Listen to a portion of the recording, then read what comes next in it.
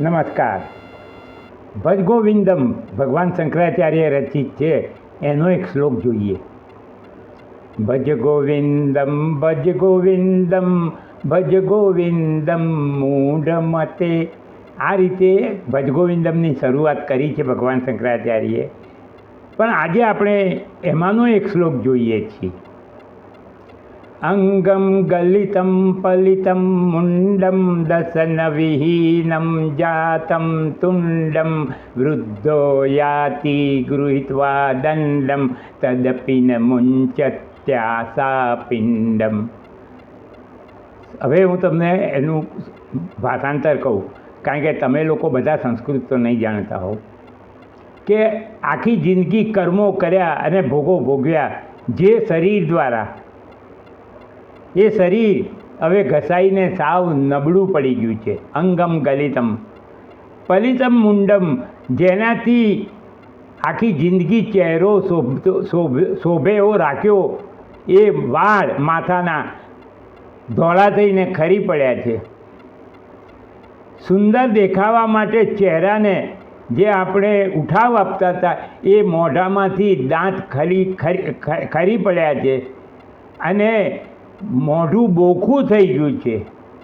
તદપિ ન મુંચત્યાસા પિંડમ, છતાંય આ ઈચ્છાઓ પૂરી કરવાનું, ભોગવતા રહેવાનું, કંઈક ને કંઈક કરતા રહેવાનું, કંઈક ને કંઈક ભેગું કરવાનું, કંઈક ને કંઈક સમાજ માટે તે પોતે કંઈક છે એવું સન્માન કેળવવા માટે દોડતા રહેવાનું.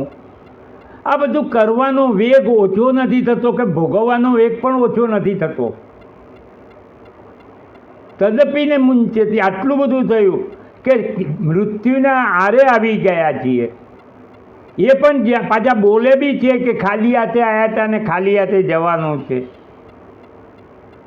તો પણ કર્મોનો વેગ ઓછો નથી થતો. ભોગવવાની મનમાં જે છુપાઈ રહેલી ઈચ્છાઓ છે, એનો અંત નથી આવતો. મારા ભાઈઓ, આને શું કહેવું? માયાની જબરજસ્ત પકડ. કારણ કે માયાની પકડમાંથી નીકળો તો જ તમને વાસ્તવિકતા દેખાય, ભગવાન તરફ તમારી દ્રષ્ટિ જાય, તમને આત્મજ્ઞાનની પ્રાપ્તિની જિજ્ઞાસા જાગે. આ આખા વિષય ઉપર મેં મારી યુટ્યુબ ચેનલ ભગવદ્ ગીતા જીવન મુક્તિનો માર્ગ બહુ જ વિસ્તારપૂર્વક મેં, કારણ કે આ તો 3 મિનિટની લિમિટ છે એટલે પૂરી કરું છું, પણ એમાં તમે સાંભળી શકશો.